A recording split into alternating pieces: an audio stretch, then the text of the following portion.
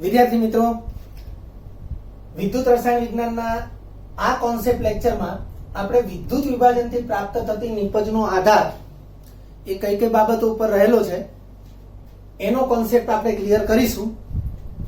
આમ તો જો કે એનસીઈઆરટી ના લેક્ચર નંબર 28 માં આપણે બોર્ડ લેવલે એટલે કે આપણા પાઠ્યપુસ્તક લેવલે જે કંઈ આપ્યું છે એમાં પણ ઉદાહરણોને એડ કરી અને આપણે ત્યાં પણ થોડું એને વધારે ક્લિયર કરવાનો પ્રયત્ન કરેલો જ છે. એમ છતાં જેડબલઈ નીટ લેવલે અમુક બાબતો વધારે ક્લિયર હોય તો આપણને જે તે એમસીક્યુ ના ઓપ્શન પસંદ કરવામાં સરળતા રહે. તો સૌથી પહેલું જ કે નીચેની બાબતો ઉપર આધાર રહેલો છે. એમાં સૌથી પહેલું છે વિદ્યુત વિભાજ્ય પદાર્થની પ્રકૃતિ. ઘણી વખત વિદ્યુત વિભાજ્ય પદાર્થ એકનો એક જ પ્રકારનો હોય પણ તેમ છતાં વિદ્યુત વિભાજનથી અલગ અલગ નિપજો મળવાની શક્યતા રહે છે. અમુક નિપજ મળી શકે છે, અમુક નિપજ નથી મળી શકતી. તો એને લઈને આપણે ઉદાહરણ આપ્યું છે. દાખલા તરીકે NaNO3, CuNO3 twice, AgNO3 આ બધા જ ધાત્વીય નાઇટ્રેટ NO3 માઇનસ આયન ધરાવતા ક્ષારો, ધાતુના ક્ષારો, એને ધાત્વીય નાઇટ્રેટ ક્ષારો કહેવાય. તો આમ જોઈએ તો બધા સામાન્ય રીતે ધાતુના નાઇટ્રેટ ક્ષારો છે, એટલે આમ જોઈએ તો સમાન પ્રકારના ક્ષારો કહેવાય. તેમ છતાં તેઓની પ્રકૃતિ જુદી જુદી છે, એમની લાક્ષણિકતા જુદી જુદી છે. તો એમના જલીય દ્રાવણનું વિદ્યુત વિભાજન કરીએ ત્યારે તો કેથોડ ઉપર સોડિયમ ધાતુ, આ NaNO3 ના જલીય દ્રાવણનું વિદ્યુત વિભાજન કરીએ તો કેથોડ ઉપર સોડિયમ ધાતુ નથી મળતી, પણ CuNO3 twice અને AgNO3 આના જલીય દ્રાવણનું વિદ્યુત વિભાજન કરીએ તો કેથોડ ઉપર કોપર અને Ag એ બંને મળી શકે છે. પણ NaNO3 ના જલીય દ્રાવણનું વિદ્યુત વિભાજન કરીએ તો કેથોડ ઉપર સોડિયમ મળી શકતું નથી. અહીંયા કેથોડની જ વાત કરી છે, એનોડિક નિપજમાં કોઈ ફેરફાર થતો નથી. એનોડિક નિપજમાં કેમ ફેરફાર નથી થતો? કારણ કે આનું વિયોજન થાય તો Na પ્લસ ને NO3 માઇનસ, આનું વિયોજન થાય તો Cu પ્લસ 2 NO3 માઇનસ ના બે આયનો, AgNO3 નું વિયોજન થાય તો Ag પ્લસ અને NO3 માઇનસ આયન. તો ત્રણે ત્રણમાં NO3 માઇનસ આયન સમાન છે એટલે એનોડિક નિપજ સમાન મળી શકશે. પણ કેથોડિક નિપજ છે એની ભિન્નતા જે છે એ અહીંયા આપણે દર્શાવેલી છે કે NaNO3 નું વિદ્યુત વિભાજન થાય એના જલીય દ્રાવણનું તો કેથોડ ઉપર સોડિયમ ધાતુ મળતી નથી, પણ બાકી બંને પદાર્થો છે એમાં ધાતુ એ નિપજ તરીકે મળી શકે છે. તો એના માટે જે તે વિદ્યુત વિભાજનની પ્રકૃતિ જવાબદાર છે. બીજા નંબરે છે ઉપયોગમાં લીધેલ વિદ્યુત ધ્રુવની પ્રકૃતિ. હવે અહીંયા જે વિદ્યુત વિભાજનની પ્રકૃતિની વાત થઈ એ વિદ્યુત વિભાજનની પ્રકૃતિ એ એમાં રહેલા ધન આયન અને ઋણ આયન એના ઉપર આધાર રાખે છે. અહીંયા ઋણ આયન સમાન છે, ધન આયન જુદા જુદા છે. તો ધન આયનની જુદી જુદી પ્રકૃતિ એના કારણે કેથોડિક નિપજ એ જુદી જુદી મળે છે એવું અહીંયા દર્શાવવામાં આવ્યું છે. ધન આયન કે ઋણ આયનની પ્રકૃતિનો આધાર એના પ્રમાણિત પોટેન્શિયલ ઉપર પણ રહેલો છે અને પછી નિપજથી મળતી રિડક્શન કે ઓક્સિડેશન પ્રક્રિયાથી જે નિપજ મળે એ નિપજ જે છે એ વાયુ સ્વરૂપ છે, આયન સ્વરૂપ છે, એના ઉપર પણ આધાર રહેલો હોય છે. પરંતુ અહીં આપણે વિદ્યુત વિભાજ્ય પદાર્થની પ્રકૃતિના સંદર્ભમાં આપણે ઉદાહરણથી આટલું આપણે સ્પષ્ટ સમજી શકીએ છીએ. બીજા નંબરે છે ઉપયોગમાં લીધેલ વિદ્યુત ધ્રુવની પ્રકૃતિ. તો હવે એમાં આપણે ડાયરેક્ટ ઉદાહરણ જ લીધું છે. સ્મોલ a કરીને એક ઉદાહરણની ચર્ચા કરી છે કે નિષ્ક્રિય ધ્રુવ વડે જલીય દ્રાવણમાં Na+ નું રિડક્શન શક્ય નથી.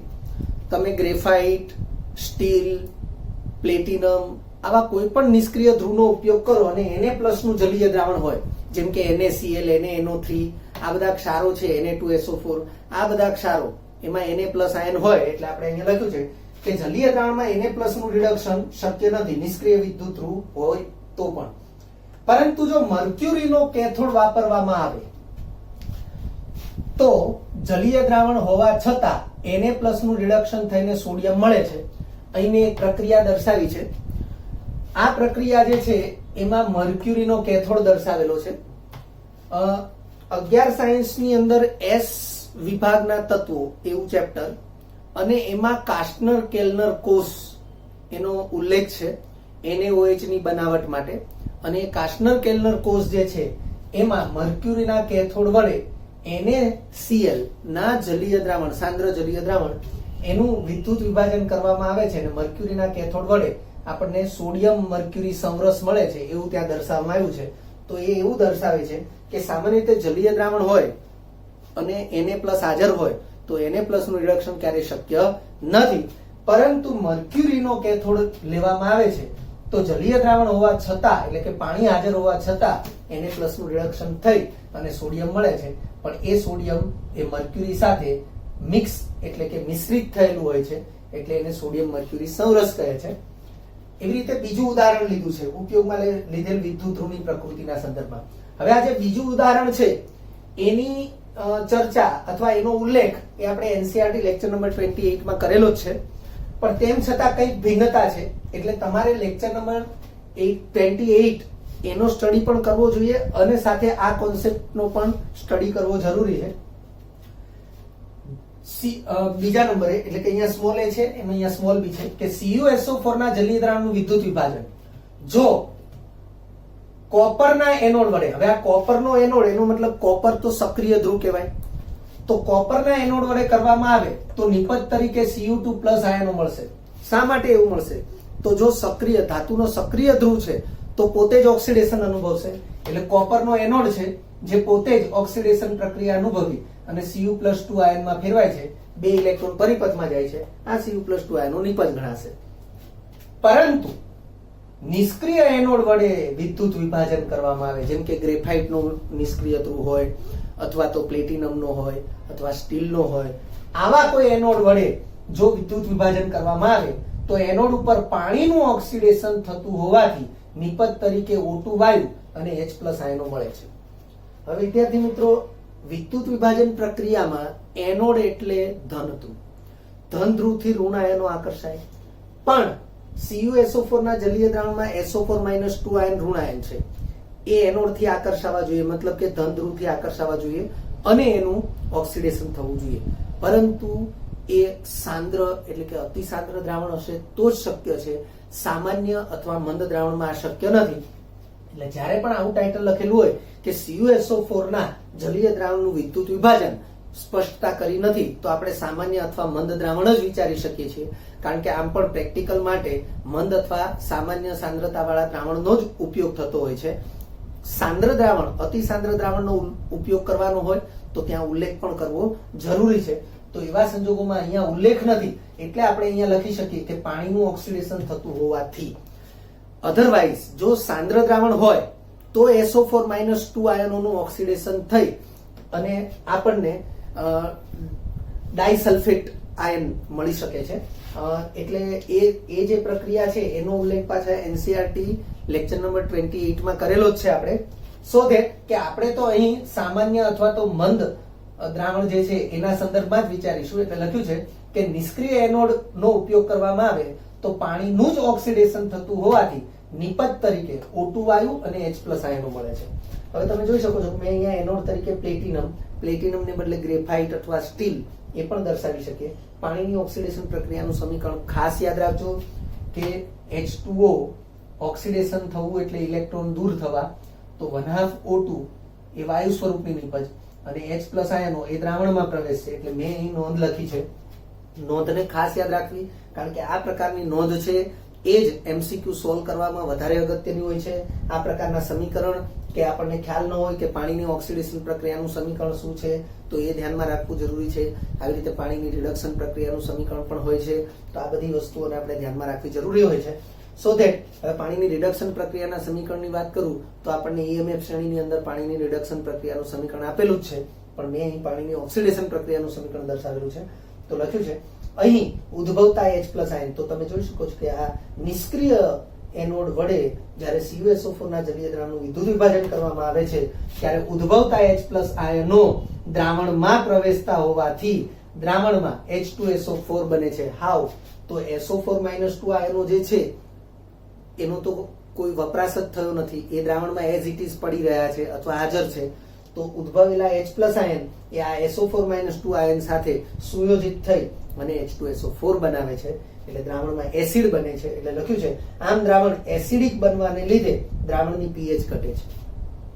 એટલે સ્વાભાવિક છે કે એસિડિક માધ્યમ હોય તો pH 7 કરતા ઓછી હોય, બેઝિક માધ્યમ હોય તો pH 7 કરતા વધારે હોય.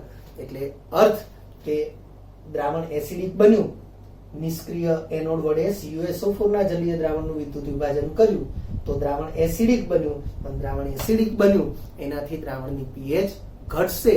એટલે આપણે કહી શકીએ કે અહીં જો કોઈ ઇન્ડિકેટરનો યુઝ કરવામાં આવે તો જેવો ઇન્ડિકેટર મીન્સ કે સૂચક એ પ્રમાણેનું રંગ પરિવર્તન પણ થશે. તો તમને સૂચકના આધારે પણ MCQ પૂછી શકે છે. સો દેટ કે તમારી પાસે એ માહિતી પણ હોવી જરૂરી છે. એ પ્રાયોગિક માહિતી છે, એના આધારે પણ પ્રશ્નો પૂછાઈ શકે છે. એટલે આ નોંધને ફરીથી મેં અહીં જેવી નોંધ લખી છે એવી નોંધ NCERT લેક્ચર નંબર 28 માં પણ લખેલી છે, અને ત્યાં એવી નોંધ છે, તમે લેક્ચર રિફર કરજો, ત્યાં એવી નોંધ લખેલી છે કે અહીં દરેક સ્થાને એનોડની જ વાત થઈ છે, પણ ત્યાં નોંધમાં એવું લખ્યું છે કે CuSO4 ના જલીય દ્રાવણનું વિદ્યુત વિભાજન કરવામાં આવે ત્યારે કેથોડિક નિપજ એમાં કોઈ ફરક નથી પડતો. આપણે સક્રિય કેથોડ લઈએ કે નિષ્ક્રિય કેથોડ લઈએ, પણ કેથોડિક નિપજમાં કોઈ ફરક પડતો નથી, કારણ કે કેથોડ ઉપર ફક્ત ને ફક્ત Cu+2 આયનના જ રિડક્શનની પ્રક્રિયા થશે. એટલે કોઈ પણ ભોગે આપણને કોપર ધાતુ જ નિપજ તરીકે મળશે. ત્યાં એવી નોંધ લખેલી છે, જ્યારે અહીં આપણે આ નોંધ લખેલી છે. એટલે એ બે નોંધ અલગ છે, એને ખાસ ધ્યાનમાં લેવી. આ બીજા બોર્ડ વર્કમાં આપણે ત્રીજા નંબરનું પરિબળ જોઈ રહ્યા છીએ. આપણો મુખ્ય ટોપિક છે વિદ્યુત વિભાજનથી પ્રાપ્ત થતી નિપજનો આધાર. પ્રથમ બોર્ડ વર્કની અંદર આપણે બે બાબતોને સમજેલા છીએ. અહીં ત્રીજી બાબત, તો ત્રીજા નંબરે છે લાગુ પાડેલ વીજ દબાણનું મૂલ્ય. વિદ્યુત વિભાજન માટે ઉપયોગમાં લીધેલા બાહ્ય સ્ત્રોત. તો વિદ્યુત વિભાજન માટે બાહ્ય સ્ત્રોત જે ઉપયોગમાં લેવામાં આવે છે એ છે DC પ્રવાહનો સ્ત્રોત. તો બાહ્ય સ્ત્રોતના વીજ દબાણનું મૂલ્ય ઓછામાં ઓછું કેટલું હોવું જોઈએ? તો ઓછામાં ઓછું એટલું તો હોવું જ જોઈએ. કેટલું? તો આયનીય વાહકતાના મૂલ્યને જે તે વિદ્યુત વિભાજનીય કલાના અવરોધથી ઉપરવટ લઈ જઈ શકે તેટલું હોવું જોઈએ. કારણ કે ફક્ત આપણે આટલું વિચારીએ કે જે તે વિદ્યુત વિભાજનીય કલા એ કાં તો જલીય દ્રાવણ છે અથવા તો પીગલન છે, અને જે બે વિદ્યુત ધ્રુવોનો ઉપયોગ થઈ રહ્યો છે, જે તે આયનો એ વિદ્યુત ધ્રુવોની વચ્ચેના વિસ્તારમાં એ ક્યાંક ને ક્યાંક હાજર છે. કારણ કે કાં તો જલીય દ્રાવણ અને કાં તો પીગલન એમાં વિદ્યુત ધ્રુવોને ડૂબાડેલા છે. તો વિદ્યુત વિભાજનીય કલામાં જે વિદ્યુતનું વહન છે એ આયનો મારફતે થાય છે. તો હવે એ આયનો એ ગતિ કરીને જે તે વિદ્યુત ધ્રુવ સુધી પહોંચે, તો એને ગતિ કરવા માટે એ વિદ્યુત વિભાજનીય કલાનું જે માધ્યમ છે, કાં તો જલીય દ્રાવણ કાં તો પીગલન, એમાં ગતિ કરવી પડે છે, અને એવી ગતિ દરમિયાન એને અવરોધ નડે છે. તો આપણે એવી રીતે એને સમજીશું કે આયનો દ્વારા વિદ્યુતનું વહન થાય છે, એને આયનીય વહન તો કહે જ છે. હવે એવા આયનીય વહનનું મૂલ્ય એ પેલા અવરોધ, લાગુ પડતા અવરોધથી ઉપરવટ હોય તો અને તો જ વિદ્યુતનું વહન શક્ય બને છે. એટલે આપણે એવું કહી શકીએ કે વિદ્યુત વિભાજન માટે ઉપયોગમાં લીધેલા બાહ્ય સ્ત્રોતના વીજ દબાણનું મૂલ્ય ઓછામાં ઓછું આયનીય વાહકતાના મૂલ્યને, કારણ કે આયનો વહન પામશે તો જ વિદ્યુતીય વહન થશે. એટલે આયનીય વાહકતાના મૂલ્યને જે તે વિદ્યુત વિભાજનીય કલા, કાં તો જલીય દ્રાવણ અને કાં તો પીગલન કલા ના અવરોધથી ઉપરવટ લઈ જઈ શકે તેટલું હોવું જોઈએ. કારણ કે જો એ વિદ્યુતીય વહનને અથવા આયનીય વહનને અવરોધના મૂલ્યથી ઉપરવટ નહીં લઈ જઈ શકે તો આયનોનું વહન નહીં થાય, એટલે કે વિદ્યુતીય વહન નહીં થાય. અને જો એવું નહીં થાય તો વિદ્યુત વિભાજન શક્ય નથી. ચોથા નંબરે ઓક્સિડેશન કરતા અને રિડક્શન કરતા સ્પીસીસ અને તેના પ્રમાણિત વિદ્યુત ધ્રુવ પોટેન્શિયલ.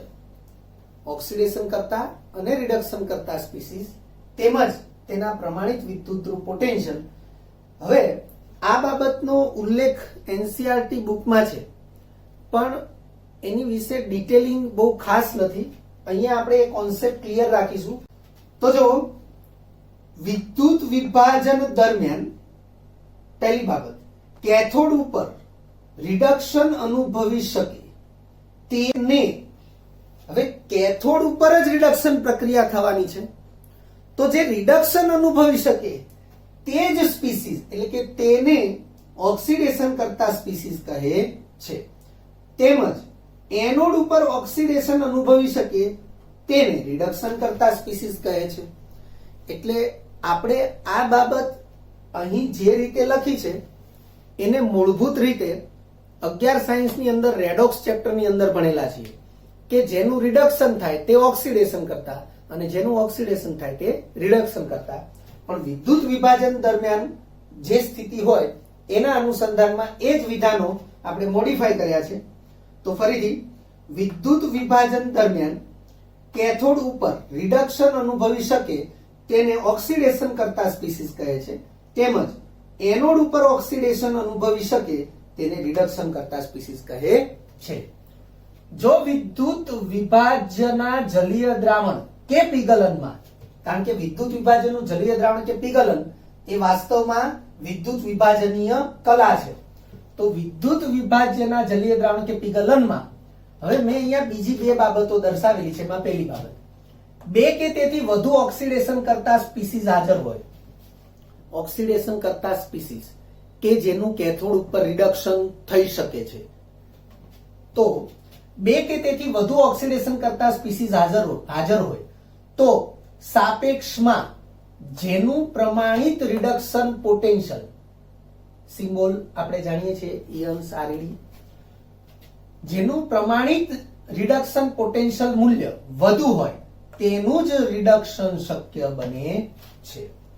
અહીં રિડક્શન અનુભવતી સ્પીસીઝ એટલે કે સાપેક્ષમાં જેનું રિડક્શન પોટેન્શિયલનું મૂલ્ય વધુ હોય તે સ્પીસીઝ નું ઈએમએફ શ્રેણીમાં સ્થાન સાપેક્ષમાં ઉપરની બાજુએ હોય છે. તમે વિદ્યાર્થી મિત્રો તમે ઈએમએફ શ્રેણીને ફરીથી સ્ટડી કરી શકો છો. તો ધારો કે કોઈ પણ બે ભિન્ન રિડક્શન અનુભવતી સ્પીસીઝ એટલે કે ઓક્સિડેશન કરતા સ્પીસીઝ એને તમે ધ્યાનમાં લો તો સાપેક્ષમાં ઈએમએફ શ્રેણીમાં જેનું સ્થાન ઉપરની બાજુએ હશે તે જ ફરજિયાત રિડક્શન અનુભવશે, નીચેની બાજુએ હશે એ રિડક્શન અનુભવશે નહીં. એટલે અહીંયા લખ્યું છે અહીં રિડક્શન અનુભવતી સ્પીસીઝનું ઈએમએફ શ્રેણીમાં સ્થાન સાપેક્ષમાં ઉપરની બાજુએ હોય છે. તેમજ કરીને એક બીજી સિચ્યુએશન લખી છે, બે કે તેથી વધુ રિડક્શન કરતા સ્પીસીઝ હાજર હોય. અહીંયા ઓક્સિડેશન કરતા સ્પીસીઝની વાત થઈ છે, અહીંયા બે કે તેથી વધુ રિડક્શન કરતા સ્પીસીઝની વાત થઈ છે. તો ફરીથી, જો બે કે તેથી વધુ રિડક્શન કરતા સ્પીસીઝ હાજર હોય તો સાપેક્ષમાં જેનું પ્રમાણિત રિડક્શન પોટેન્શિયલનું મૂલ્ય ઓછું હોય. અહીંયા લખ્યું છે પ્રમાણિત રિડક્શન પોટેન્શિયલનું મૂલ્ય વધુ હોય, અહીંયા લખ્યું છે પ્રમાણિત રિડક્શન પોટેન્શિયલનું મૂલ્ય ઓછું હોય. હવે જેનું પ્રમાણિત રિડક્શન પોટેન્શિયલનું મૂલ્ય ઓછું હોય તેનું પ્રમાણિત ઓક્સિડેશન પોટેન્શિયલનું મૂલ્ય વધુ હોય. કારણ કે આપણે એવું જાણીએ છીએ કે કોઈ પણ સ્પીસીઝ અથવા કોઈ પણ વિદ્યુત ધ્રુવ માટે રિડક્શન પોટેન્શિયલ અને ઓક્સિડેશન પોટેન્શિયલ એ બંનેના મૂલ્યો સમાન પરંતુ વિરુદ્ધ નિશાનીવાળા હોય છે. એટલે આપણે એમ કહી શકીએ કે જો પ્રમાણિત રિડક્શન પોટેન્શિયલનું મૂલ્ય ઓછું હોય તો સાપેક્ષમાં પ્રમાણિત ઓક્સિડેશન પોટેન્શિયલનું મૂલ્ય વધુ હોય. એટલે એ બાબતને લઈ મેં અહીંયા અથવા કરીને એક વિધાન બીજું લખેલું છે. તો ફરીથી આપણે લઈએ છીએ, બે કે તેથી વધુ રિડક્શન કરતા સ્પીસીઝ હાજર હોય તો સાપેક્ષમાં જેનું પ્રમાણિત રિડક્શન પોટેન્શિયલનું મૂલ્ય ઓછું હોય તે સ્પીસીઝનું જ ઓક્સિડેશન શક્ય બને છે. હવે આ જ વિધાન અથવા કરીને આપણે બોલીએ છીએ, બે કે તેથી વધુ રિડક્શન કરતા સ્પીસીઝ હાજર હોય તો સાપેક્ષમાં જેનું પ્રમાણિત એટલે અહીંયાથી આપણે રિડક્શન પોટેન્શિયલને બદલે અહીંયાથી લખીએ છીએ, બે કે તેથી વધુ રિડક્શન કરતા સ્પીસીઝ હાજર હોય તો સાપેક્ષમાં જેનું પ્રમાણિત ઓક્સિડેશન પોટેન્શિયલનું મૂલ્ય વધુ હોય તે સ્પીસીઝનું જ ઓક્સિડેશન શક્ય બને છે. એટલે મેં આટલા વિધાનને બદલે અહીંથી વિધાન વિચાર્યું છે, ફરીથી બે કે તેથી વધુ રિડક્શન કરતા સ્પીસીઝ હાજર હોય તો સાપેક્ષમાં જેનું પ્રમાણિત ઓક્સિડેશન પોટેન્શિયલ E અંશ ઓક્સિડેશન મૂલ્ય વધુ હોય તે સ્પીસીઝનું જ ઓક્સિડેશન શક્ય બને છે. આ પ્રમાણેનું વિધાન અહીં પણ લખ્યું છે કે અહીં ઓક્સિડેશન અનુભવતી સ્પીસીઝ EMF શ્રેણીમાં સાપેક્ષમાં નીચેના સ્થાને હોય છે. એટલે આપણે આ બંને વિધાનને જોડે સમજીએ તો બે ભિન્ન સ્પીસીઝ પૈકી સાપેક્ષમાં EMF શ્રેણીમાં જેનું સ્થાન ઉપરની બાજુએ છે તે સ્પીસીઝ એ રિડક્શન અનુભવશે, એટલે કે તે સ્પીસીઝ ઓક્સિડેશન કરતા તરીકે વર્તશે, અને સાપેક્ષમાં જેનું સ્થાન નીચેની બાજુએ હશે તે સ્પીસીઝ ઓક્સિડેશન અનુભવશે, એટલે કે તે સ્પીસીઝ સાપેક્ષમાં રિડક્શન કરતા તરીકે વર્તશે. એક નોંધ મેં લખી છે ખાસ કે તેમ છતાં, એટલે અહીં આપણે પ્રમાણિત પોટેન્શિયલ વિશે પણ પ્રમાણિત વિદ્યુત ધ્રુવ પોટેન્શિયલ વિશે સમજી રહ્યા છીએ, પણ લખ્યું છે અહીંયા તેમ છતાં સાંદ્રતાથી પ્રેરિત એવો બિન પ્રમાણિત પોટેન્શિયલ વધુ ચડિયાતું પરિબળ છે. એટલે કે આ બિન પ્રમાણિત પોટેન્શિયલ જે છે એ સાંદ્રતાથી પ્રેરિત હોય છે, એટલે કે નર્ન્સ સમીકરણ દ્વારા આપણે એને શોધવું પડે છે. એટલે પ્રમાણિત પોટેન્શિયલની સાપેક્ષે બિન પ્રમાણિત પોટેન્શિયલ છે એ વધારે અસરકારક અથવા વધુ ચડિયાતું પરિબળ છે. એટલે ઘણી વખત એવું પણ જોવા મળે કે સાપેક્ષમાં પ્રમાણિત પોટેન્શિયલના મૂલ્ય એ વધારે કે ઓછા હોય પણ બિન પ્રમાણિત પોટેન્શિયલના મૂલ્યને અનુરૂપ પ્રક્રિયા થતી હોય છે. સો ધેટ આપણે વિદ્યુત વિભાજનથી પ્રાપ્ત થતી નિપજોનો આધાર એ આટલા પરિબળો ઉપર છે. એમ છતાં NCERT લેક્ચરની અંદર આપણે ઓવર પોટેન્શિયલ અથવા ઓવર વોલ્ટેજ વિશે પણ અભ્યાસ કરેલો છે. તેના માટેનું ઉદાહરણ અથવા તેના માટેની જે સ્પષ્ટતા છે એ NCERT લેક્ચર નંબર 28 માં આપણે કરેલી જ છે. એટલે આ બધા પરિબળો જે છે એ વિદ્યુત વિભાજનથી પ્રાપ્ત થતી નિપજોનો આધાર જેના ઉપર હોય છે તે પરિબળો છે. અને આ જે લખ્યું છે આપણે કે સાંદ્રતાથી પ્રેરિત એવો બિન પ્રમાણિત પોટેન્શિયલ એ વધુ અસરકારક પરિબળ છે, એના માટે આપણે એક અલગ કોન્સેપ્ટ લેક્ચરની અંદર ચર્ચા કરેલી છે. વિદ્યાર્થી મિત્રો, જો તમને આ વિડીયો લેક્ચર ગમ્યો હોય તો લાઇક આપજો, શેર કરજો અને સબસ્ક્રાઇબ પણ કરજો. અગાઉના લેક્ચરનું રિવિઝન અને પાઠ્યપુસ્તકનું વાંચન કરતા રહેજો. આ લેક્ચર અંગે કોઈ પણ ડિફિકલ્ટી હોય તો મને વોટ્સઅપ કરી શકાય. આભાર. ફરી મળીશું નવા વિડીયો લેક્ચરમાં.